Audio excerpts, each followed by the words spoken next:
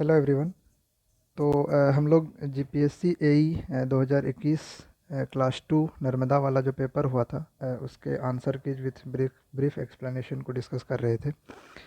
तो previous lecture में 150 questions तक हमने डिस्कस किए थे। तो आज के लेक्चर में इससे आगे का क्वेश्चन का डिस्कशन करेंगे।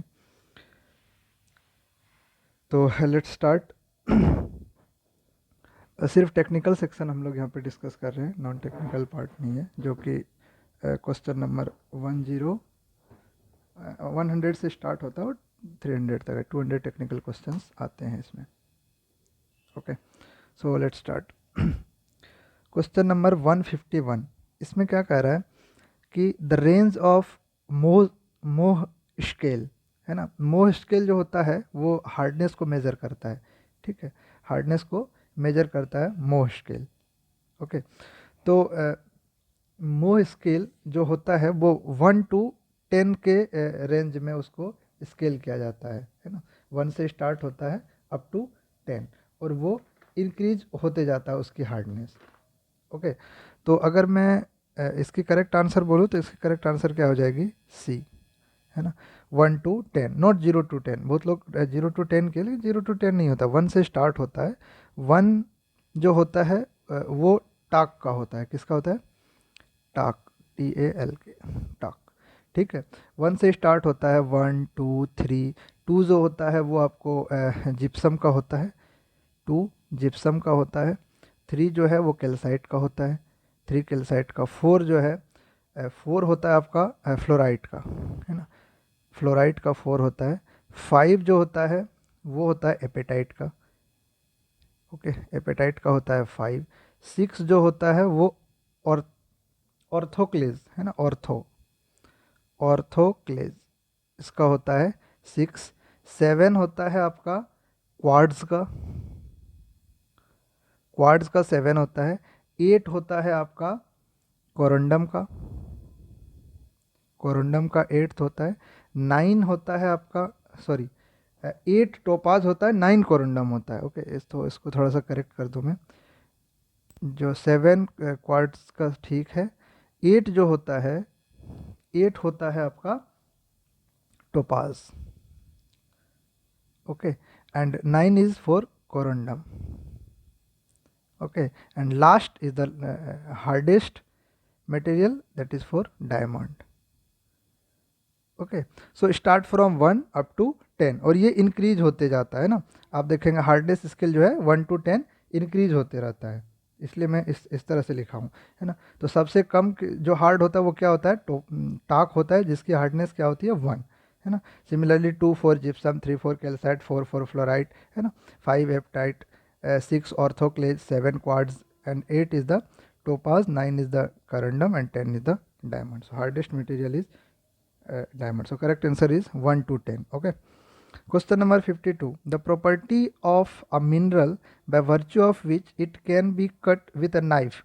देखिए, ये तो डायरेक्ट आपको याद रखना पड़ेगा कि जिसको नाइफ से हम कट कर सकते हैं ना, ऐसे जो प्रॉपर्टी होता है मिनरल का, वो कौन सा होता है? उसको कहते हैं सेक्टाइल, है ना। The property of mineral sectile, sectile property, जिसे हम नाइफ से उसको पीस पीस में कट कर सकते हैं। ये जो है parting, parting is somehow confuse with the cleavage, है ना। पार्टिंग मीन्स ब्रेक होना, इसको ऐसे बोल सकते हैं आप, BREAK, break along, break along structural, break along structural plane. Okay, break along structural plane. Okay, just like just like just like cleavage, just like cleavage.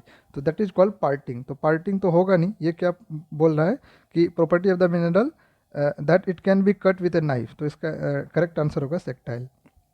Okay, सी है मेलिएबल। मेलिएबल आप सबको पता है, मेलिएबल मीन्स जिसको हम पीट के पूरा एक एक एक चादर की तरफ वो करके, या उसको एक थीन सीट की तरफ कन्वर्ट कर सकते हैं आप, हैमर्ड करके ना, रोल्ड इन ए थीन सीट, इसको कहते हैं मेलिएबल प्रॉपर्टी। और डक्टाइल सबको पता है कि एक इसको इस तरह से खींचें कि वायर के टाइप में आप पूरे खींच सकते हैं, है ना। That property is called ductile.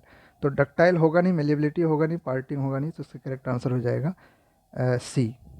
Okay, sectile. Okay, now question number 153। Question number 153, which rivers occasionally cause flood in the Gujarat state. Gujarat state में ओकेजनली फ्लड जो आता है वो किसके कारण आता है? So correct answer is Tapi and Narmada, है ना। अगर फ्लड आता है वो Tapi and Narmada is the correct answer. Question number 154, the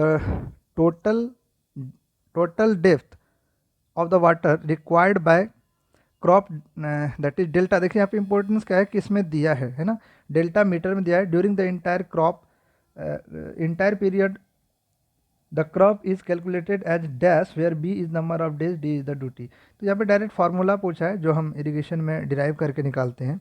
so duty पूछा है, क्या पूछ रहा है ये? टोटल डेप्थ यानी डेल्टा। डेल्टा पूछा है तो delta equal to 8.64 B upon D, 8.64 B upon D. तो अगर बी हमेशा डेज में रहेगा और डी जो है मीटर में पूछा है तो 8.64, मतलब डेल्टा मीटर में पूछा है तो 8.64, डी जो दिया रहा हेक्टेयर पर क्यूबिक में होगा तो 8.64। अगर सेंटीमीटर में बोलेगा तो 864 हो जाएगा, है ना। अगर सेंटीमीटर में रहेगा तो 864, तब 864 बी आंसर होता, लेकिन ये मीटर में पूछा है तो correct answer is B. Okay, then question number 155, humidity can be measured by. Humidity आप सब अच्छी तरह से पता है कि हाइग्रोमीटर जो है वो ह्यूमिडिटी को मेजर करता है और इसी को साइक्रोमीटर भी कहते हैं, है ना। तो इसका दोनों आंसर हो जाएगा, तो correct answer is C. Psychrometer, psychrometer and hygrometer both are measure the humidity, है ना, उसी का नाम है साइक्रोमीटर। तो humidity can be measured by psychrometer and hygrometer, so correct answer is C. Question number 156, the ratio of actual rainfall in a year at a place to the normal annual rainfall at that place is called as। तो उसको क्या कहेंगे? इसको कहते हैं index of वेटनेस। इसको क्या कहते हैं? Index of wetness. Index of wetness is nothing but the ratio of normal annual rainfall, okay, ratio of actual rainfall to the normal annual rainfall, that is called intensity of irrigation. जब आप cultural command area, है ना, gross command area, ये सब दिया रहता है और फाइंड आउट करते हैं कि सपोज इंटेंसिटी ऑफ इरिगेशन इतना है, परसेंटेज में दिया रहता है, तो उसको हम मल्टीप्लाई करते हैं जितने परसेंटेज में रहता है और जो बच जाता है उतने एरिया के लिए हम निकालते हैं, है ना, हेक्टेयर। तो इंटेंसिटी ऑफ इरिगेशन जो है बहुत फ्रिक्वेंट टर्म है जो यूज होता है, that is actual rainfall divided by normal annual rainfall. Question number 157, the typical characteristics of convective shower. देखो कन्वेक्टिव शॉवर की बात हो रही है ना। The typical characteristics of convective showers is that they are of high intensity and short duration. Okay, so critical convective showers जो होता है उसकी इंटेंसिटी बहुत ज़्यादा होती है और ड्यूरेशन का ऑब्वियस ही बात है, अगर कम ड्यूरेशन के लिए होगा तो इंटेंसिटी हाई होगी, है ना।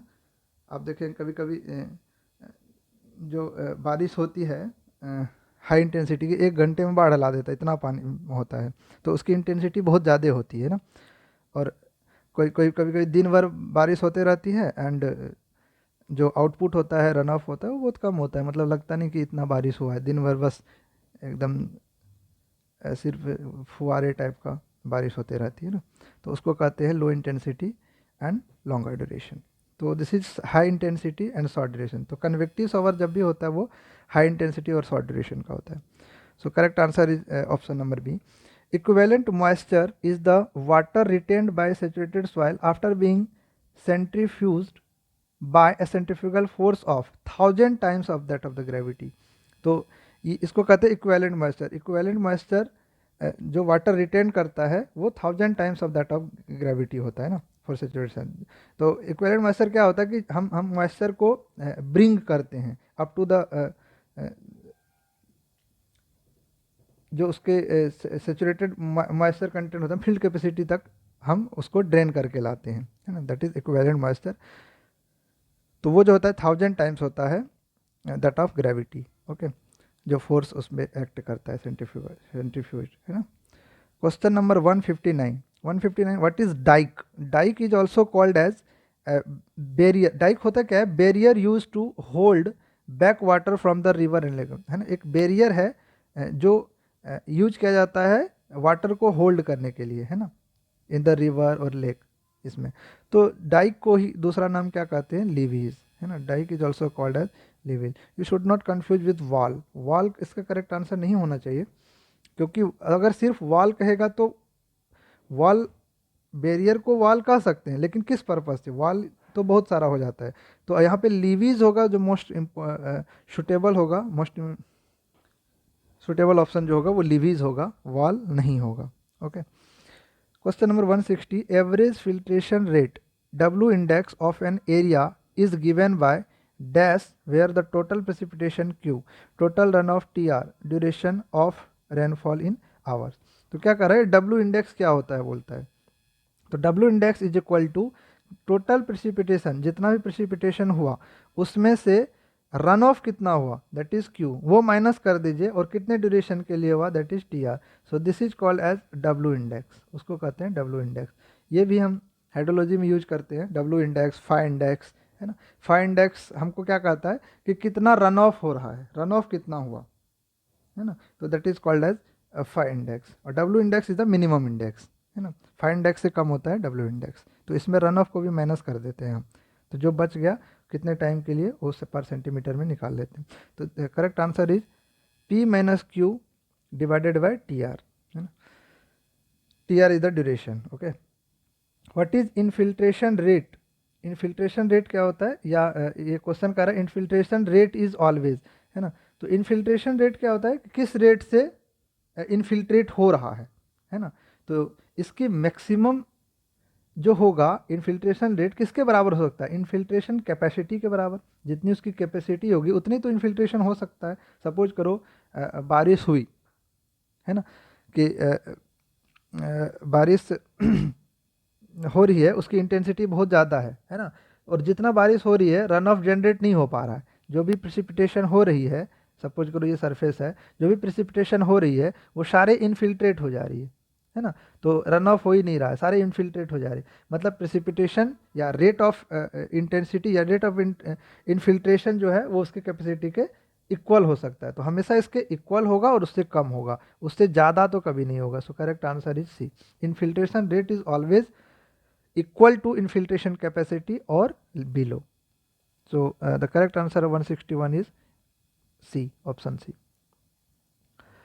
When an aquifer is overlain by a confined bed of impervious material, this confined bed is overburden is called as, क्या कह रहा है कि कोई एक एक्विफर है, एक्विफर आपको पता है जो वाटर को पास करे, है ना, जिससे वाटर पास हो जाए, दैट इज एक्विफर। तो एक्विफर इज ओवरलैन, एक एक्विफर है, उसके ऊपर जो है ओवरलैन है एक कन्फाइंड बेड से, ठीक है, ये कन्फाइंड बेड जो है ये इम्परवियस है, इम्परवियस बेड है ना, यहाँ पे एक्विफर है, इसके ऊपर कन्फाइंड बेड इम्परवियस मटेरियल है। तो क्या कर रहा है, कन्फाइंड बेड ऑफ ओवरबर्डन, इसको क्या कहेंगे, तो इसको कहते हैं एक्विक्लूड। एक्विक्लूड क्या होता है कि जो वाटर को इंक्लूड तो करता है, एक्विक्लूड वाटर को इंक्लूड तो करता है, इसके नीचे वाटर तो है लेकिन ये बाहर जाने नहीं देगा, इम्परवियस लेयर है ना, ये जाने के लिए नहीं देगा, इंक्लूड करता है बट नो ड्रेनेज, है ना, ड्रेन होने नहीं देता है हमसे, तो उसको एक्विक्लूड कहते हैं। दूसरा है आर्टिसियन, आर्टिसियन इसका आंसर नहीं होगा, ऑप्शन बी में है आर्टिसियन एक्विफर। आर्टिफिशियल एक्विफर क्या होता है कि दो इम्परमिएबल लेयर के बीच में, सपोज करो ये एक इम्परमिएबल लेयर है, ये दूसरा इम्परमिएबल लेयर है, दोनों इम्परमिएबल लेयर के बीच में कोई परवियस लेयर है जिसमें वाटर इंक्लूडेड है ना, तो उसको कहते हैं कन्फाइंड, कन्फाइंड को ही हम क्या कहते हैं आर्टिशियन एक्विफर। तो ये हुआ आर्टिफिशियल एक्विफर, ये इम्परमिएबल लेयर है, ये इम्परमिएबल लेयर, तो जो दो इम्परवियस लेयर के बीच का जो वाटर होता है या उसके दो इम्परवियस लेयर के बीच में कोई एक्विफर है, तो उसको क्या कहेंगे, आर्टिशियन एक्विफर। पर्च्ड क्या होता है कि सपोज करो यहाँ पे ग्राउंड वाटर है ना, यहाँ पे पानी है, ग्राउंड वाटर टेबल है, और इसके ऊपर कहीं पे भी थोड़ा सा इम्परवियस लेयर है ये वाला, जिसमें पानी स्टोर है, ये इम्परवियस लेटर है, और यहाँ पे थोड़ा सा पानी स्टोर है, तो उसको कहते हैं पर्च्ड वाटर टेबल, जो ग्राउंड वाटर टेबल से थोड़ा सेपरेट रहता है और कम अमाउंट में कहीं पे भी अवेलेबल रहता है, that is called as perched aquifer, है ना। तो सी तो होगा नहीं, बी भी नहीं होगा, तो correct answer is A. Option number A is correct. इसको इरेज कर देता हूँ मैं। Now come to question number 163।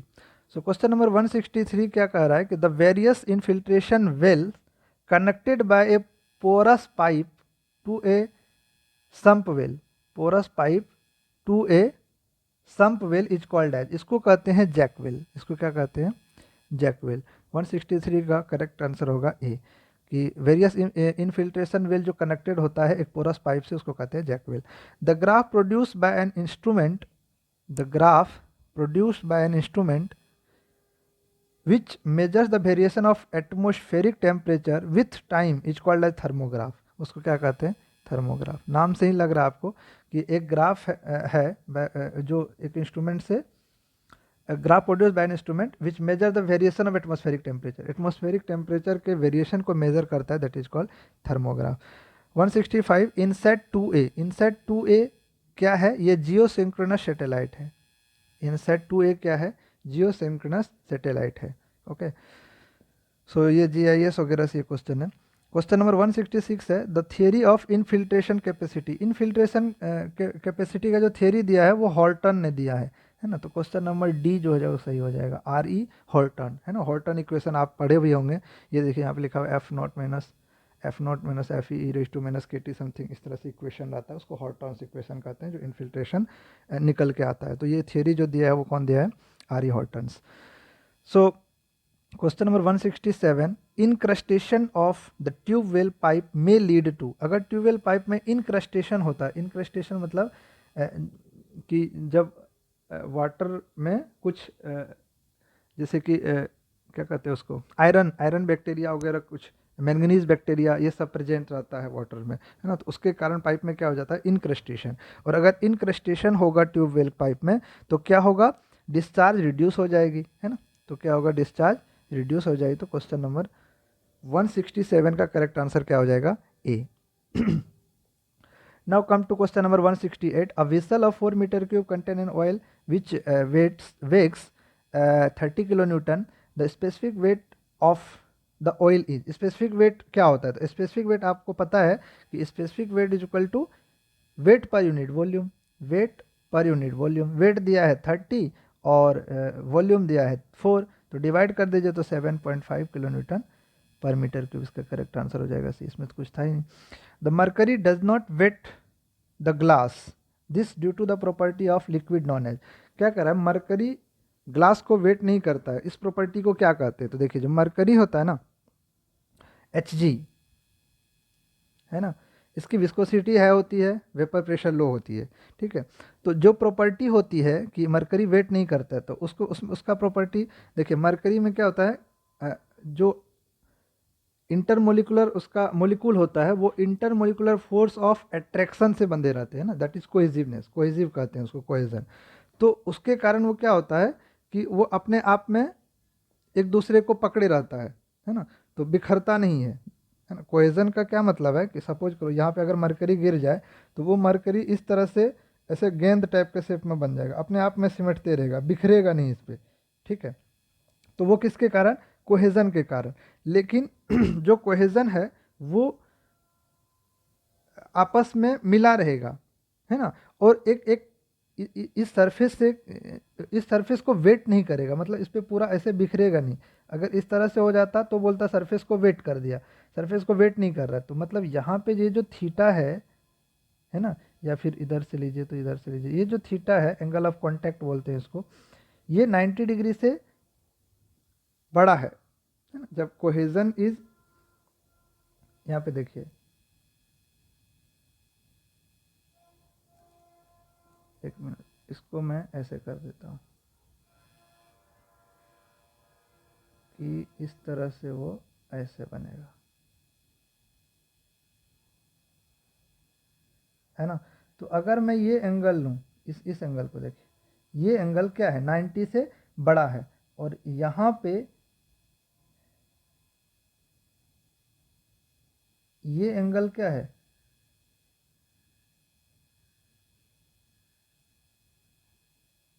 ये भी 90 से बड़ा है। और ये एंगल क्या है? 90 से छोटा। ये एंगल क्या है? 90 से छोटा। और यहाँ पे अगर ये एंगल दें, ये भी 90 से छोटा है, ठीक है। तो जब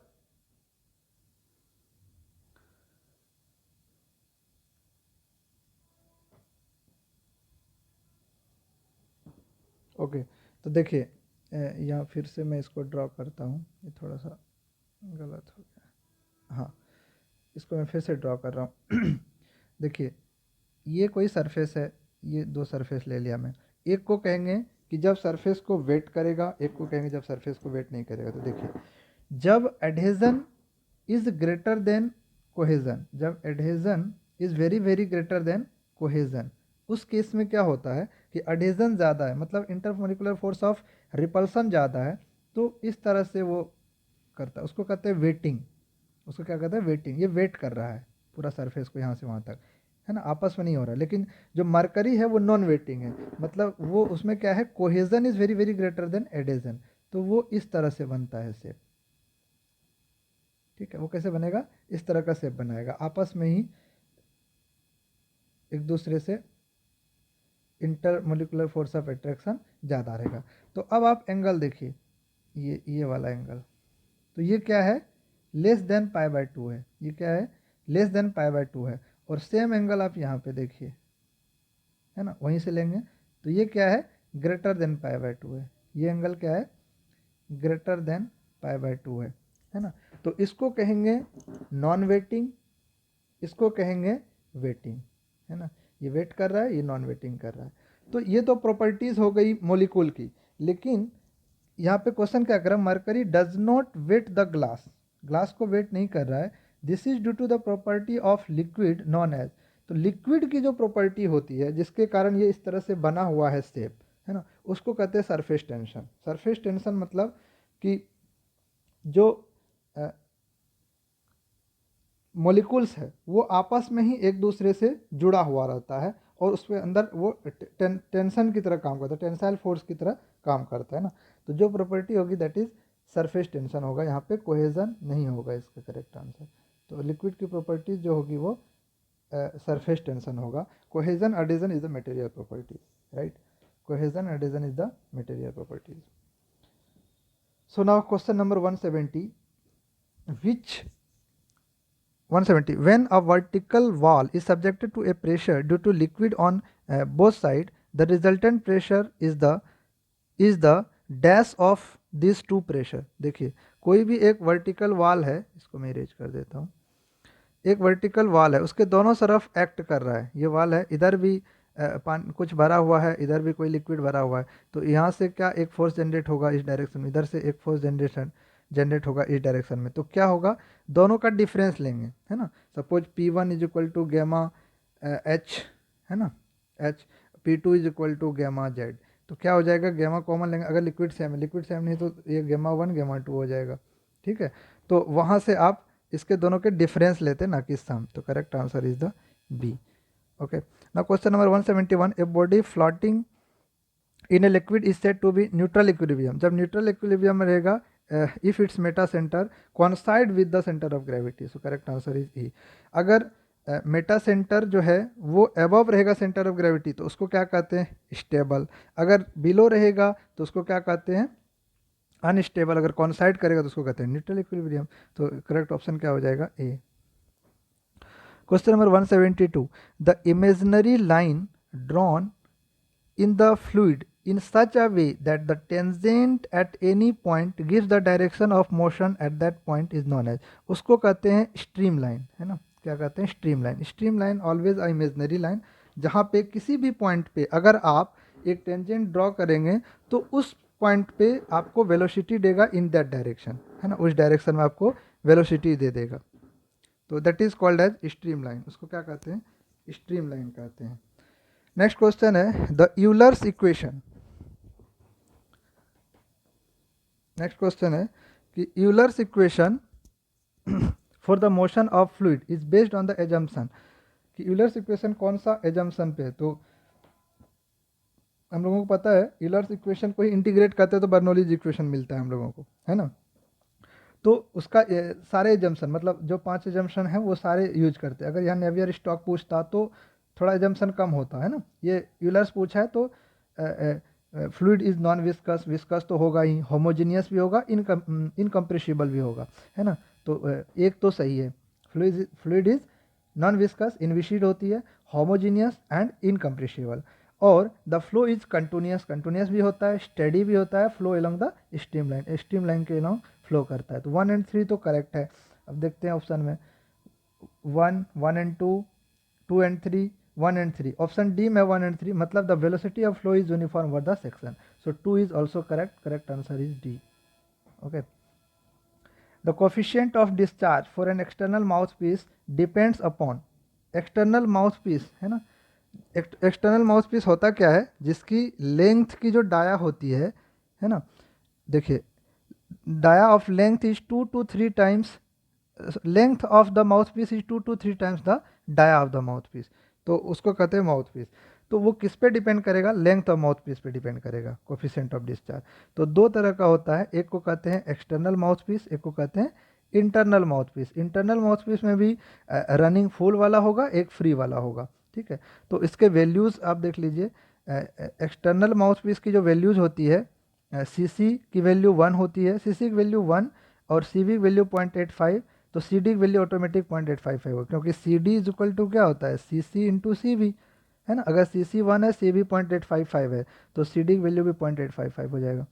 और इंटरनल माउथपीस की बात करें तो जब रनिंग फुल होगा तो सी सी की वैल्यू 1, सी वी की value 0.707 and C V and C D की वैल्यू 0.707 अगेन, चूंकि ये 1 है तो वो भी 0.707 हो जाएगा। लेकिन जब फ्री में रहेगा तो यहाँ पे ध्यान रखना है, सिर्फ सी सी की वैल्यू चेंज हो जाएगी 0.5 और सी वी की वैल्यू हो जाएगी 1, सी वी की वैल्यू हो जाएगी 1, और अगर सी वी 1 हो गया और सी सी 0.5 है तो ऑटोमेटिक सी डी की वैल्यू क्या हो जाएगी, 0.5। So this is about the mouthpiece. तो यहाँ पे क्या पूछा है, एक्सटर्नल माउथ पीस। तो अगर वैल्यूज पूछता है ना, तो हम क्या लेते, coefficient of discharge, C D की वैल्यू 0.855 हो जाता, लेकिन वो किस पे डिपेंड करेगा, length of the mouthpiece पे। Question number 175, a lawn sprinkler works on which of the following principle और इक्वेशन। स्प्रिंकलर, लॉन स्प्रिंकलर जो वर्क करता है वो मोमेंट ऑफ मोमेंटम प्रिंसिपल पे काम करता है, moment of momentum principle. Unit load method used in structure analysis is, unit load method जो होता है वो कास्टिग्लियानोज थ्योरम से डिराइव होता है। अब कास्टिग्लियानोज थ्योरम आपको डिटेल में किसी लेक्चर में बताएंगे, जब स्ट्रक्चर की कोई लेक्चर होगी। तो व्हाट इज़ कास्टिग्लियानोज थ्योरम, ठीक है। कास्टिग्लियानोज का फर्स्ट थ्योरम, सेकंड थ्योरम है ना, उसी से ये डिराइव हुआ है यूनिट लोड थ्योरम, ठीक है, unit load method. Shape of each mode free vibration is unique, है ना, mode free vibration is unique, so the corresponding amplitude of eigen vector. ये क्वेश्चन है आपका डायनामिक्स से, स्ट्रक्चरल डायनामिक्स से ये क्वेश्चन है, या मशीन फाउंडेशन भी बोल सकते हो, वहाँ से भी ये क्वेश्चन रिलेट होता है। तो इसमें क्या हो रहा है, ये मोड शेप पूछ रहा है कि अगर शेप कैसा होगा अगर फ्री वाइब्रेशन हो रहा है, क्या कर रहा है, shape of each mode of free vibration is unique, है ना। हर शेप का मोड शेप जो होता है यूनिक हो रहा है ना। शेप ऑफ इच मोड, सारे इच मोड का जो शेप है वो यूनिक है ना, इन फ्री वाइब्रेशन में। So the corresponding amplitude of eigen vector, तो आइगन वेक्टर का एम्पलीट्यूड क्या होगा, तो वो इन्फिनिटी के आसपास होता है, तो इसलिए इसका आंसर हो जाएगा डी, अनडिफाइंड, 1 नहीं होगा, ठीक है, 1 इज नॉट करेक्ट। सो इसका करेक्ट आंसर क्या हो जाएगा, डी, इन्फिनिटी होता है, that is undefined, infinity defined नहीं है। Question number 178, an influence line for shear force moment shows the, shear force के लिए इंक्लाइन इन्फ्लुएंस लाइन क्या शो करता है। तो पढ़ते हैं अपन, ए में देखिए, variation of shear force over the entire structure for load at fixed position, नहीं, लोड फिक्स पोजीशन पे नहीं होता है, तो ये गलत हो गया। Variation of the shear force at one section caused by the static load, static load तो होता ही नहीं है, तो ये भी गलत हो गया, हमेशा मूविंग लोड होता है। Variation of the shear force at one section caused by moving load over the entire section, मतलब मूविंग लोड इंटायर सेक्शन हम मूव कराते हैं और किसी भी पर्टिकुलर सेक्शन पे शियर फोर्स हम देखते हैं, तो उसका correct answer is C, C correct है। डी को देख लेते हैं, variation of shear and moment over the entire structure for loads at a simply supported position, नहीं, सिंपली सपोर्टेड पोजीशन पे नहीं करते हैं, है ना, किसी एक पर्टिकुलर सेक्शन पे हम देखते हैं, जहाँ पे भी निकालना होता है, इंटायर सेक्शन के लिए नहीं, किसी एक पर्टिकुलर सेक्शन पे जहाँ पे शियर फोर्स या मोमेंट हमको बोलता है वहाँ पे देखते हैं, और मूविंग लोड को हम ट्रेवल कराते हैं throughout the span. Question number 170, correct answer इसका हो जाएगा C. Now question number 179, the considerable change in the suspended cable with change in position of moving load is prevented by using. हाँ, considerable change in suspended cable with change in position of moving load का position change करने is prevented by using. उसको कैसे prevent कर सकते हैं? तो हमेशा सस्पेंडेड केबल के केस में हम क्या करते हैं, एक स्टिफनिंग गर्डर डालते हैं, है ना। तो वो आप हॉरिजेंटल भी डाल सकते हो, वर्टिकल भी डाल सकते हो ना। तो स्टिफनिंग गर्डर इसका करेक्ट आंसर हो जाएगा। The considerable change in the suspended cable with change in the position of moving load is prevented by stiffening girder. So correct answer is D. Question number 180, in suspended cable the bending moment can be reduced by increasing the pull. In suspended cable bending moment can be reduce by increasing the pull को increase करके bending moment कम किया जा सकता है। अरे यार, suspended cable bending moment होता ही नहीं है, तो ये तो गलत लग रहा है मेरे को। Question number 2, the tension is constant through out. Tension is constant through out, नहीं, टेंशन भी थ्रू आउट कांस्टेंट नहीं रहता है, वेरी करता है। सपोज करो ये सस्पेंडेड केबल है ना। तो यहाँ पे फिर इसके डिपेंड करता है लोड कितना है, इस लोड के हिसाब से ये वेरी करेगा, तो टेंशन थ्रू आउट सेम तो हो नहीं सकता। तीसरा, the bending moment is zero everywhere. Yes, bending moment सारे जगह जीरो होता है, तो 3 तो करेक्ट लग रहा है मेरे को। तो ये क्वेश्चन थोड़ा ऑब्जेक्शनेबल है ना, ये क्वेश्चन ऑब्जेक्शनेबल है। इसका जो फाइनल आंसर की आएगा तो उसमें मैच करना पड़ेगा इसका करेक्ट आंसर। तो अभी इसमें से कोई नहीं दिख रहा है मेरे को, ठीक है।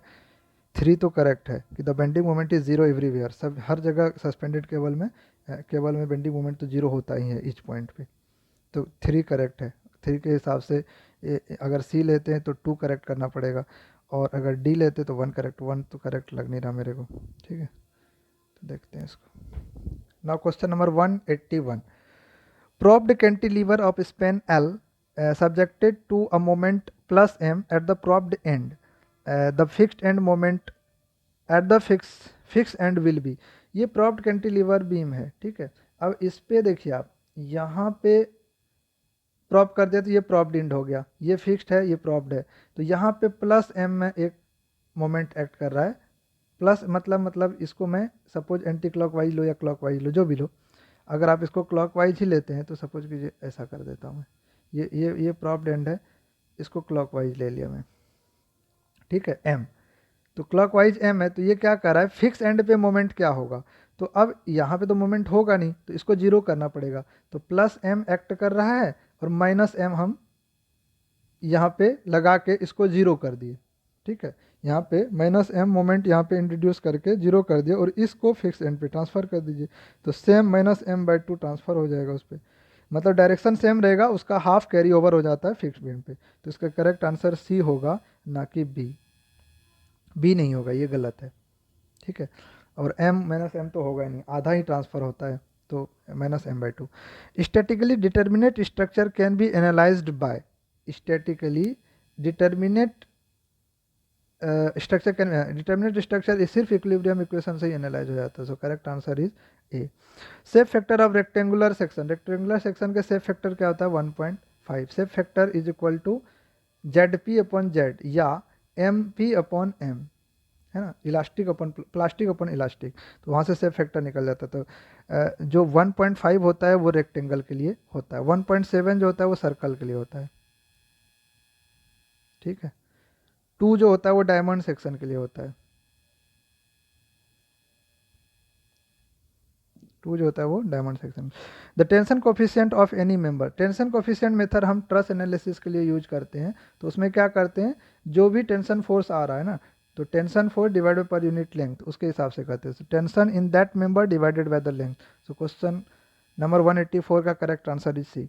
Most numerical technique in computer aided analysis are based on, computer aided analysis में जो न्यूमेरिकल टेक्निक यूज किया जाता है, ठीक है, that is based upon the principle of discretization, है ना, डिस्क्रेटिजेशन, है ना, डिस्क्रिटाइजेशन पे प्रिंसिपल पे वो डिपेंड करता है। तो क्वेश्चन नंबर 185 का बी आंसर सही हो जाएगा। The maximum acceleration which is experience by the ground during shaking is known as, जब अर्थक्वेक आता है ना, तो मैक्सिमम एक्सेलरेशन जो एक्सपीरियंस करता है वो पीक ग्राउंड एक्सेलरेशन होता है, ठीक है। Maximum acceleration which experience by the ground है ना ड्यूरिंग द सेकिंग, सेकिंग के समय में, that is peak ground acceleration.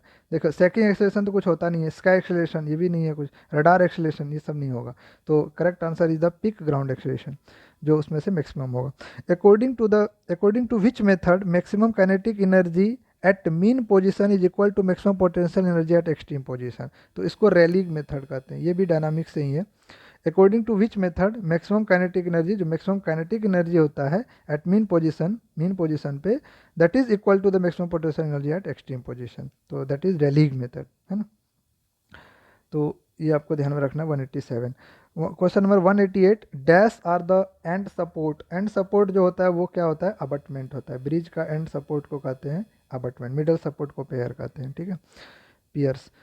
Question number 189, cable stayed bridge are generally preferred. जब 100 मीटर से ऊपर रहेगा तो हम लॉन्ग स्पैन ब्रिज के लिए केबल सस्पेंडेड केबल ब्रिज डालते हैं, ठीक है, केबल स्टेड ब्रिज डालते हैं जब स्पेन लेंथ 100 मीटर से ज़्यादा हो।